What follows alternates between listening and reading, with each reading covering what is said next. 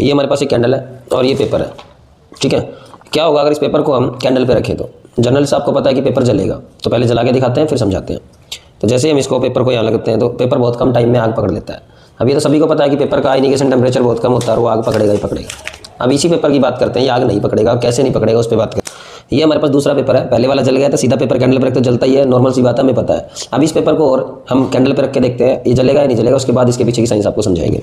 तो अगर हम इसको कैंडल पे रखेंगे, ये देखिए जितनी देर वो रखा तो उतनी देर से ज़्यादा रख दिया हमने, तो भी पेपर जला है। थोड़ी और भी इसकी थर्मल कंडक्टिविटी बहुत ज़्यादा है उस पेपर के मुकाबले, ठीक है। अब ऐसा क्यों हो रहा है इसके पीछे समझते हैं। हमने कुछ पेपर को ना गीला किया, जस्ट एक गिलास रखा था इसके नीचे। अब हुआ क्या, पेपर वही था, कागज वही था, मटेरियल वही था, मुद्दा ये था जो भी हीट कैंडल दे रही थी ना वो ग्लास एब्जॉर्ब कर रहा था, तो ग्लास का सरफेस एब्जॉर्ब कर रहा था, इसको बोलते हैं थर्मल कंडक्टिविटी होगी। तो पेपर तक हीट नहीं पहुंच पा रही थी। दोबारा करके देख देते हैं, ये देखिए।